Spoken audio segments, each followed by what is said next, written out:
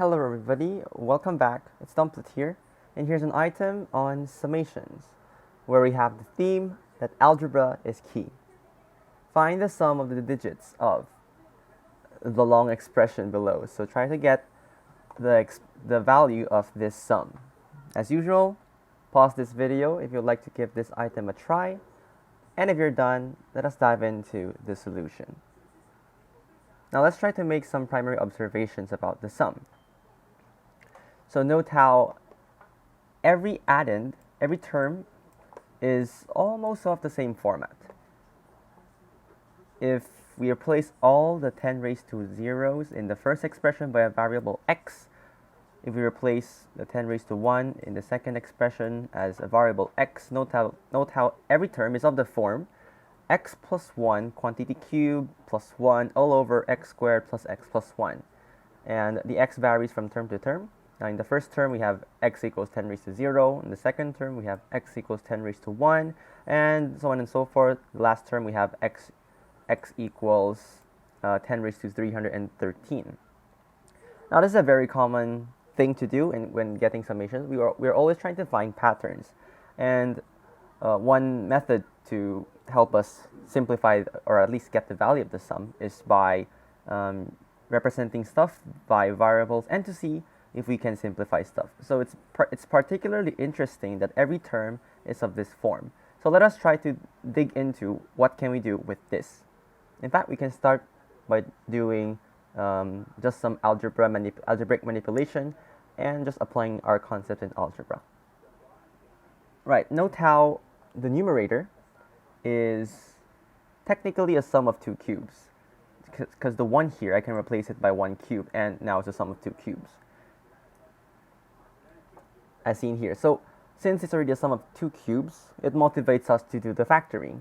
Now take note that we have the factoring for the cubes, a cubed plus b cubed. We can factor it into 2 factors, a plus b times the quantity a squared minus ab plus b squared. So we can think of the numerator as x plus 1 being the a, and then the 1 here being the b, and we can factor it. So if I factor it, this is what can happen. So x plus 1 here is the a, and the 1 here is the b, so it's going to become a plus b times the quantity. This will be the a squared, then this would be the ab, so you subtract the ab since we have the minus sign here, and then 1 squared is the b squared. So we technically factored using the sum of cubes formula. Now the denominator, we just copy it because it's technically not factorable.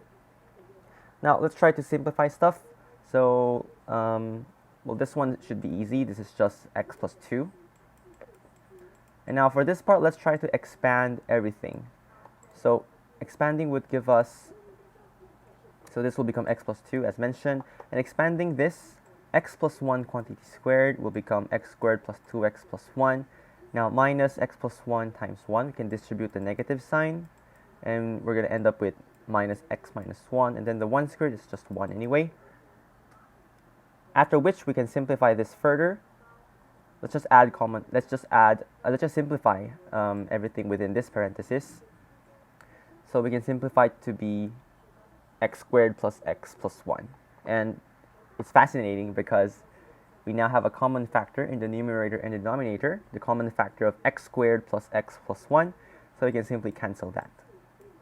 So the original fraction of the original rational expression is equal to just x plus 2.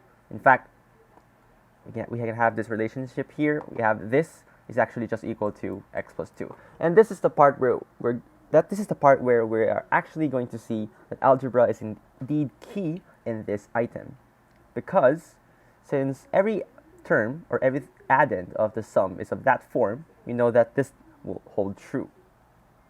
Now the first term, 10 raised to 0 plus 1 quantity cubed plus 1 all over 10 raised to 0 quantity squared plus 10 raised to 0 plus 1.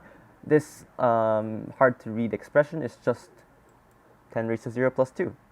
Now same for the next term, it's just 10 raised to 1 plus 2, and up to the last term, this last term is just equal to 10 raised to 313 plus 2. And it's all thanks to algebra and our algebraic manipulation skills that tells us that anything of this format is just simplified into x plus 2. So, since we have this, we can now simplify a little bit our our sum. Since we know what each of these addends are simplified into, we have that. So 10 raised to 0 plus 2 plus 10 raised to 1 plus 2 plus so on and so forth until the last term of 10 raised to 313 plus 2. Now let's combine everything with the base 10 and combine everything with just the 2's. So these are 314 terms. So we can get that this is equal to 10 raised to 0 plus 10 raised to 1 up to 10 raised to 313 within one parenthesis, then plus 2 times 314, since I've mentioned that there are 314 terms. So that's 314 2's, so 2 times 314 over here. Now this number is particularly interesting because this is actually just equal to this number over here. So all the digits of this are actually just 1. It actually makes sense. If I have 10 squared plus 10 plus 1, so 10 squared plus 10 raised to 1 plus 10 raised to 0, I would get that this is actually 111. So same concept. It's just that this number has everything from 10 raised to 0 up to 10 raised to 313. So this will mean that this number is just all ones, and in fact it's 314 digits long. Okay? So next step, since we know what that number is, all we have to do is we know that this number is 314 digits long, and plus 628, this came from 2 times 314. So we know that if we add these two together, you can try to do something like the vertical addition. The vertical addition, we know it's 1, 1, 1 something, and then the last three are 1, 1, 1. Then we add the 6 to 8, and if we add them, we know that it's going to be 1, 1, 1 something, something, something, and we know the last three the last three digits would be 739, and this is the exact same conclusion. And so for next step, we can actually conclude that if we add those two, it's still going to be a 314 digit number, since I'm just adding a small 314 digit number with just a 3-digit number. So this entire thing is just 314 digits. So the first 311 digits are unaffected. There are still ones, and then the last three as shown in the vertical addition I just show you guys. The last three digits are 7, 3, and 9. So going back to the item, we already know what the sum is. It's this number over here, but we're asked to find the sum of the digits. Now that's a simple task since we do know what all the digits of this number is. So we know that this number starts out with 311 ones, and then it ends with 739, a total of 314 digits. Therefore, we can easily take the sum. We know that the digit sum is just going to be 311 ones, so 311 times 1, plus the last three digits, 7 plus 3 plus 9. Now, adding all of these four terms, we're going to get the answer of 330. And this will be our final answer. Hopefully you guys learned something new today.